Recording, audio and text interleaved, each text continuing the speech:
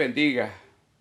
Y Dios les bendiga a todos los que nos están sintonizando hoy, que nos están viendo a través de Facebook o a través de YouTube. También espero que todos los padres hayan tenido un feliz Día del Padre este domingo pasado junto a todos sus familiares. Quiero agradecer a mi esposa que me preparó una linda celebración familiar. Le debo una para el próximo año. También queremos agradecer a cada persona que estuvo junto a nosotros este viernes en nuestro estudio, en nuestro discipulado a través de Zoom. Así que gracias por conectarse y aprender de la palabra del Señor. Si aún no estás participando en nuestro estudio, te invito a que te unas a nosotros. No hay nada mejor que estudiar la palabra juntos en una comunidad. Bien, hay un versículo muy clásico en la Biblia que casi todos lo conocemos y hasta lo cantamos. En el Salmo 103, versículo 3 y 4, dice la Biblia: bendice alma mía a Jehová, y bendiga todo mi ser su santo nombre. Bendice alma mía a Jehová, y no olvides ninguno de sus beneficios. Él es quien perdona todas tus iniquidades, el que sana todas tus dolencias, el que rescata del hoyo tu vida. Ahora, fíjate bien, algo muy importante, cómo aquí el tema del pecado utiliza el salmista como para introducir este salmo, ya que cada una de estas tres frases que él dijo tiene un contexto o una explicación bien importante. Estas tres partes corresponden a estas divisiones naturales de este texto. Fíjate bien, mira lo que dice. Yo quiero que aprendas esto. Mira, dice: Él es quien perdona todas tus iniquidades. Eso se llama la culpa de tu pecado. Luego dice: Él es el que sana todas tus dolencias, que podemos también decir enfermedades. Eso es la mancha de tu pecado. Y en tercer lugar, dice: quien rescata del hoyo tu vida. Hay algunas versiones que dice: quien redime tu vida de la destrucción. Esto tiene que ver exactamente con el poder del pecado, ¿sí? Tres cosas acerca del pecado. Una, el poder del pecado, la culpa del pecado y la mancha del pecado. ¿Recuerdas cuando Pedro negó a Jesús? Dice la Biblia que Pedro lloró amargamente. Porque mientras Pedro lloraba amargamente, a pesar de que Dios lo miró llorando y derramando lágrimas por lo que había hecho, Dios comenzó a retroceder y a alejarse de Pedro.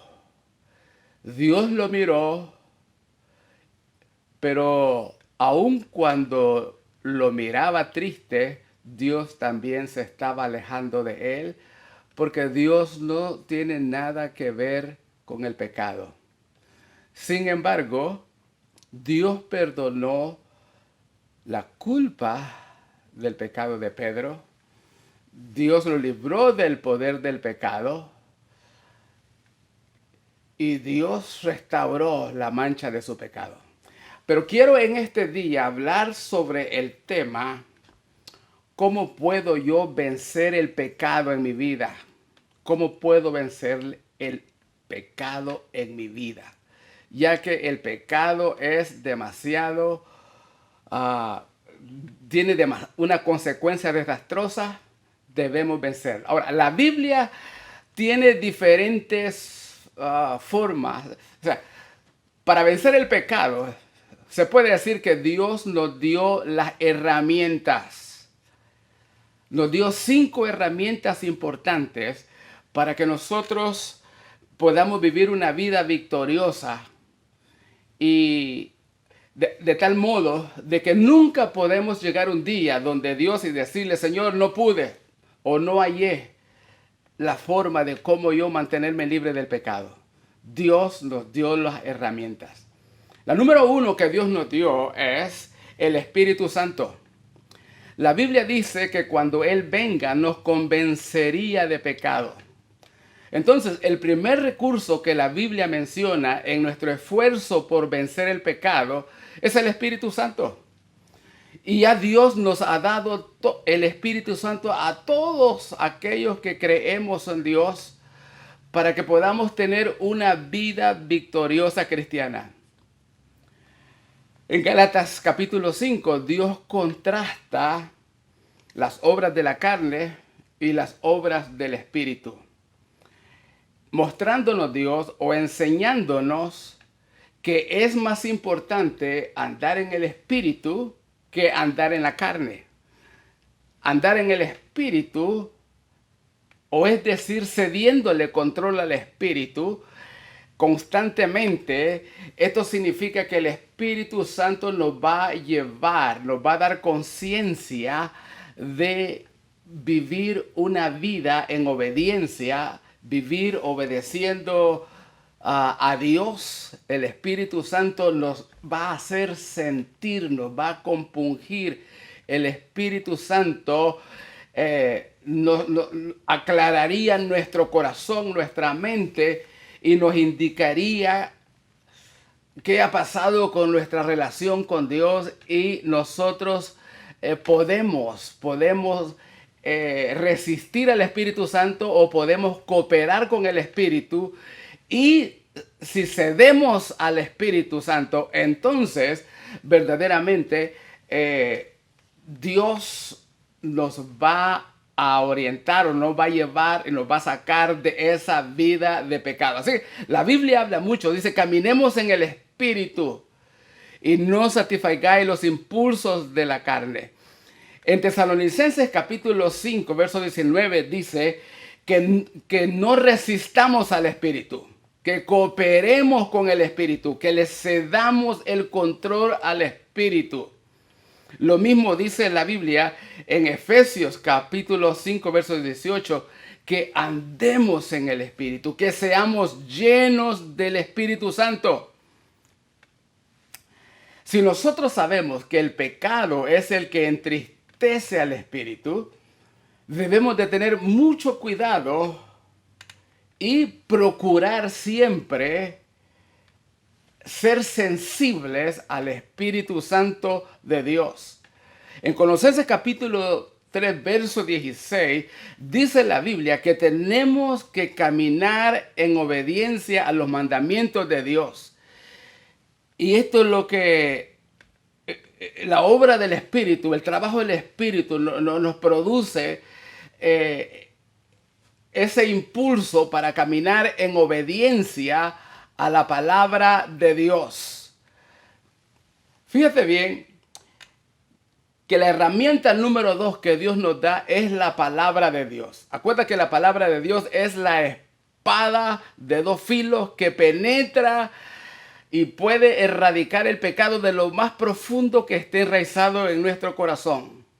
Entonces, la Biblia dice que en Timoteo que la palabra de Dios puede hacer perfecto a todo hombre y enteramente preparado para toda buena obra. La palabra de Dios es la que nos ayuda a volver al camino cuando nos hemos extraviado. y también nos ayuda a mantenernos en el camino correcto. Hebreos 4:12 dice que la palabra de Dios es viva y eficaz y más penetrante que toda espada de dos filos para erradicar y vencer los pecados más profundos que hayan en el corazón del hombre.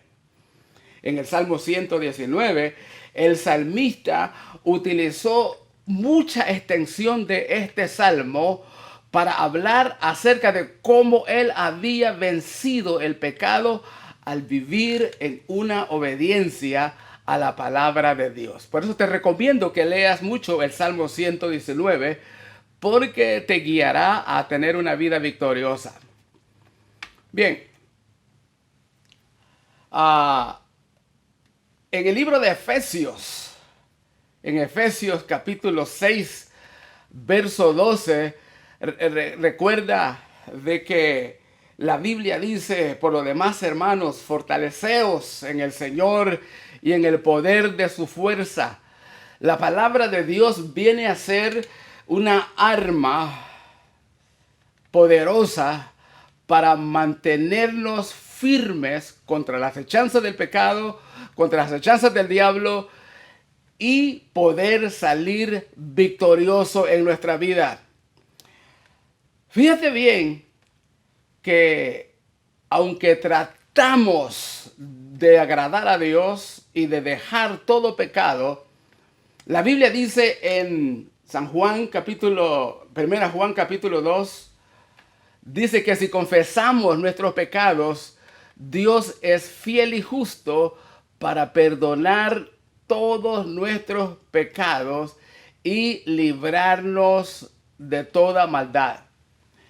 El problema de nosotros muchas veces es que utilizamos la Biblia simplemente como algo, como un amuleto.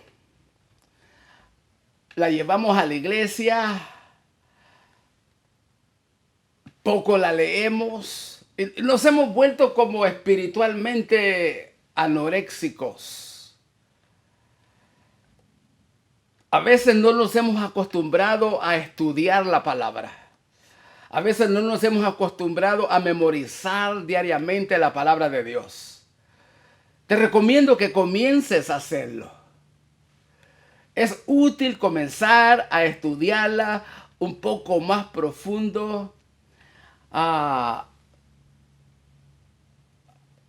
Adquiere la disciplina de leerla todos los días. Y no solamente leerla de una manera casual, sino de utilizar la palabra de Dios para extraer de ella aquellos puntos necesarios, aquellos principios importantes que nos ayudarán a vivir una vida libre de pecado, o cómo puedo, que nos den la estrategia de cómo puedo yo verdaderamente erradicar el pecado de mi vida. Recuerda que la palabra de Dios es la espada del Espíritu. La tercera herramienta que Dios nos dio para mantenernos libres de pecado en nuestra vida cristiana es la oración. La oración. Mucha gente se burla o mucha gente hace mal uso de la oración. La gente casi no quiere atender a las reuniones de oración o aún a momentos de oración como lo hizo la iglesia primitiva. La iglesia primitiva utilizó la oración como una herramienta poderosa para vencer el pecado. Fíjate bien que en Hechos 3:1 dice la Biblia que Pedro a las 3 de la tarde caminaba para el templo porque era la hora de la oración. En Hechos 4:31 dice que después de que ellos oraron, el lugar donde se estaban reuniendo tembló y fueron llenos del Espíritu Santo y predicaban con valentía la palabra de Dios. Cada vez que oraron, algo sucedía. En Hechos capítulo 6, verso 4, dice que los apóstoles, ellos no tenían ni tiempo ni para bautizar gente, porque ellos estaban, dice, entregados de lleno a la oración, ya que habían entendido que era una herramienta importante para poder ellos mantenerse a flote por encima de los deseos de la carne. La oración es una herramienta para andar, una herramienta importante para la vida del espíritu. Ahora, en Hechos capítulo 13, encontramos que la iglesia, la primera iglesia de Antioquía, dice que perseveraban en ayuno y en oración. Y que mientras oraba, el Espíritu Santo habló y dijo: separadme a Bernabé y a Saulo para la obra que los hemos llamado. La Biblia dice que después de que haber orado, les impusieron las manos, les ministraron y los enviaron. Dios nos ha dado maravillosas promesas sobre la oración, según Mateo capítulo versos 7 al 11. Y dice la Biblia: sigue pidiendo y recibirás. Lo que pides lo encontrarás. Busca y lo encontrarás. Sigue llamando y la puerta se te abrirá. Pues todo el que pide recibe, todo el que busca encuentra, y todo el que llama se le abrirá. Entonces la oración es una llave muy importante para abrir las bendiciones de Dios. Ustedes, los que son padres, si sus hijos le piden un pedazo de pan, ¿acaso le darán una piedra en su lugar? O si sus hijos les pidieran pescado, ¿le darán a ustedes una serpiente? Claro que no. Así que ustedes siendo malos, siendo pecadores, les dan buenas dádivas a vuestros hijos, cuánto más vuestro Padre que está en el cielo le dará el Espíritu Santo a los que se lo pidan. ¿Sí? En Lucas 18, Jesucristo mismo pintó un cuadro acerca de aquella viuda persistente que no paró de clamar.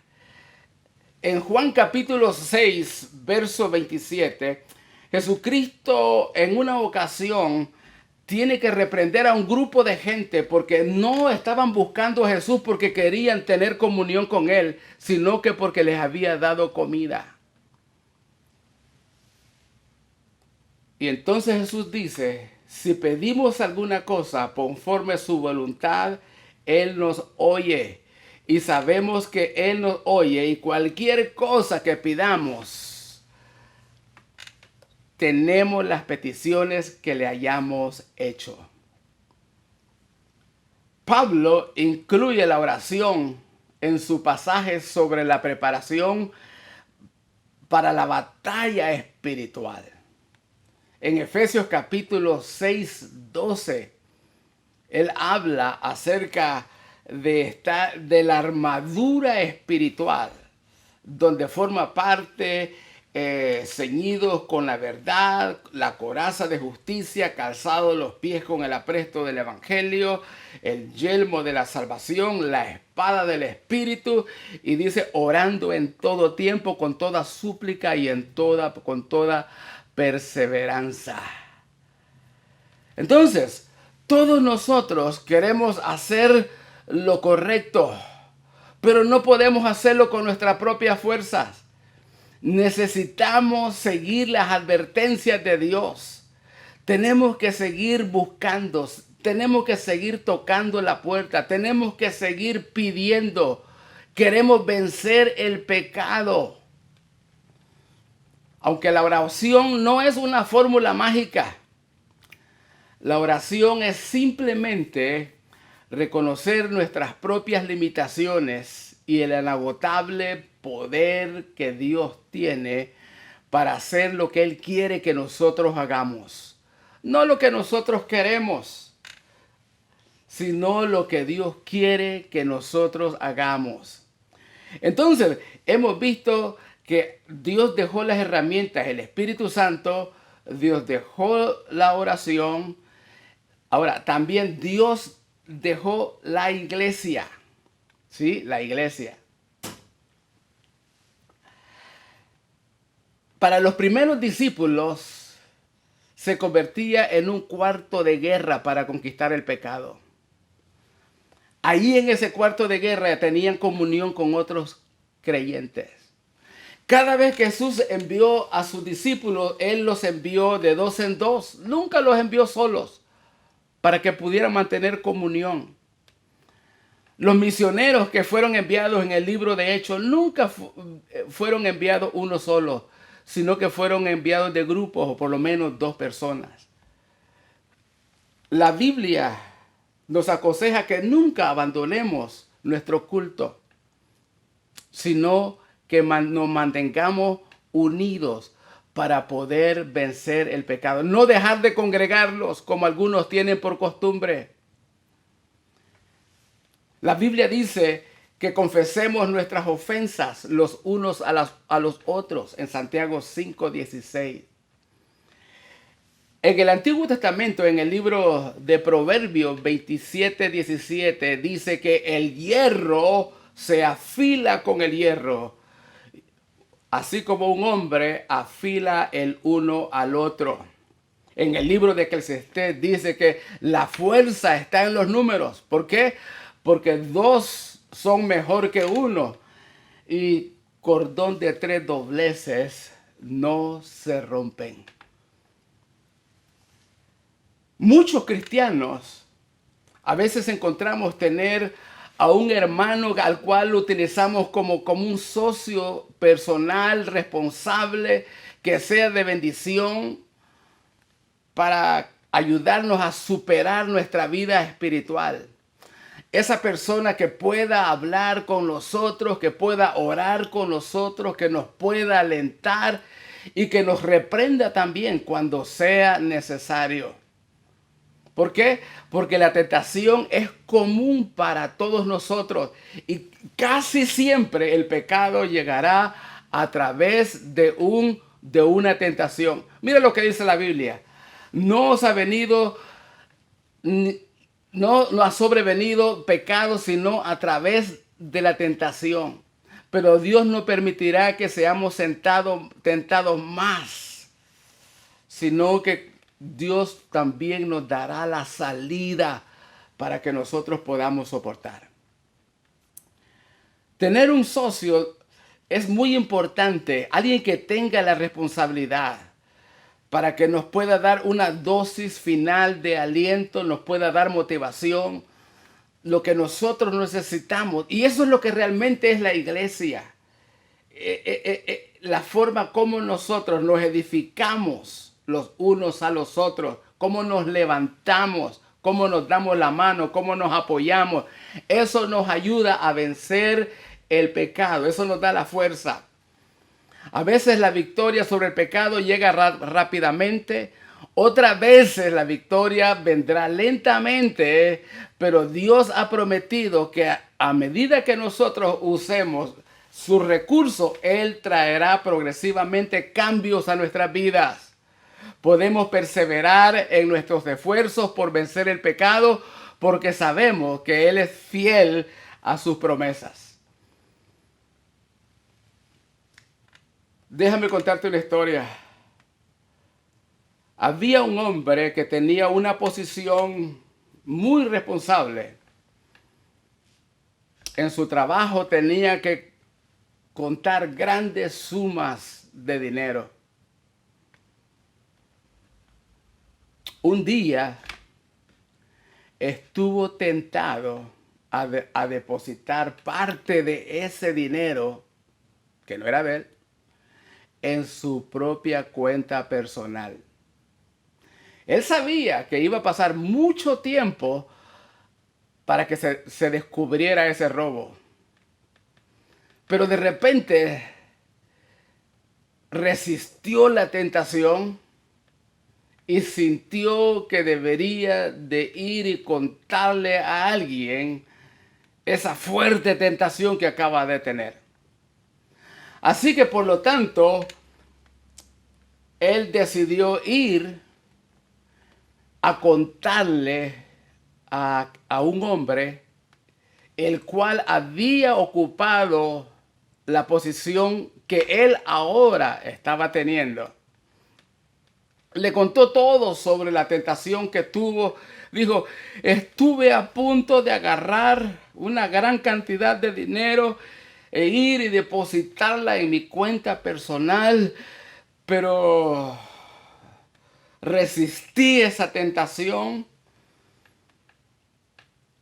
y la vencí. Él esperaba que alguien lo recriminara, lo atacara, pero para su sorpresa, el hombre no lo criticó, sino que le puso la mano sobre su hombro de una manera paternal, diríamos, y le dijo, sé exactamente cómo te sentiste. Se lo dijo en una voz muy baja,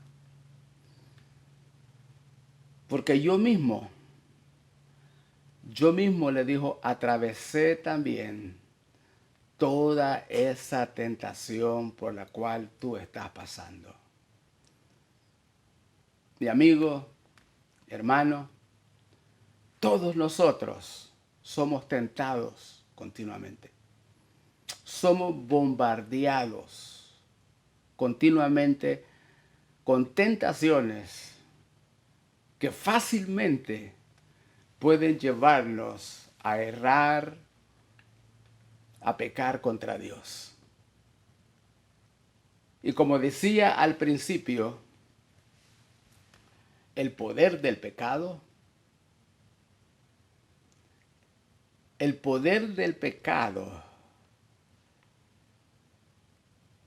el salmista dijo, Él es el que rescata del hoyo mi vida. Él estaba diciendo, Él es el que me rescata de la destrucción del pecado. No solamente que hay destrucción, pero también está la mancha del pecado. La mancha. Son las consecuencias. Todo pecado deja manchada una vida. Es imposible que un torrente de agua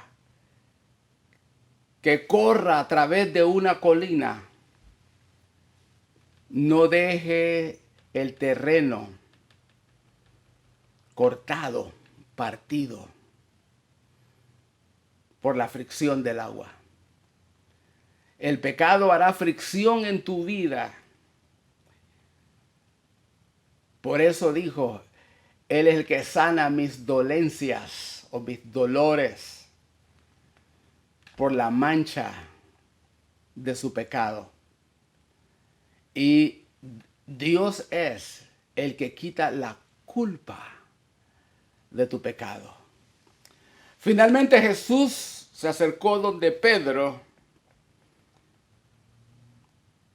que había negado a Jesús, y fue y lo restauró. Jesucristo le preguntó, Pedro, ¿me amas? Y él le dijo, sí, Señor, tú sabes que te amo. Pedro, ¿me amas? Sí, Señor, tú sabes que te amo. Apacienta mis ovejas. Jesús fue, lo restauró, lo limpió y lo puso firme sobre la roca. Y le dio un cargo, una responsabilidad para que fuese y predicase el evangelio. No tienes que vivir en pecado. Si tú estás luchando contra el pecado en tu vida y no has podido salir de ahí, yo te recomiendo, sé lleno del Espíritu. Alimenta tu vida con la palabra de Dios. La iglesia, la casa de Dios, tus hermanos, que te animen, que te levanten, que te den fuerza. Entonces vemos que tenemos las herramientas que Dios nos ha dado para poder vivir una vida victoriosa en Cristo Jesús. Por tanto, mantente firme. Dios nos dio estas 4 poderosas herramientas para poder nosotros mantenernos libres del pecado. Número 1, nos ha llenado de su Espíritu Santo, nos ha dejado su palabra,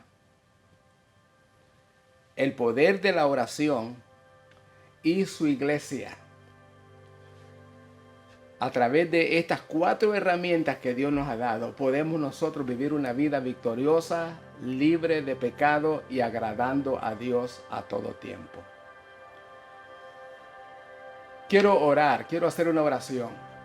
Si tú estás batallando, sientes que no tienes fuerza, has estado luchando, vamos a orar juntos. Y estoy seguro que tú comenzarás a poner en práctica esta palabra en tu vida, a hacerla parte de tu disciplina diaria para que puedas también ser un cristiano victorioso. Oremos al Señor. Cierra tus ojos y oremos. Padre, gracias te damos. Gracias, Señor, porque, Señor, tú lo sabes todo y de antemano, Señor, tú preparaste para cada uno de nosotros, Dios mío, las formas de cómo nosotros podemos vivir una vida victoriosa en esta tierra. A pesar de tanta tentación, a pesar de tantas batallas que tenemos en la vida, podemos nosotros vencer. Gracias a tu Espíritu Santo, gracias a tu palabra que es viva y eficaz. Dios mío, gracias al recurso de la oración que tenemos, que podemos hablar contigo, podemos entrar y salir del trono de la gracia.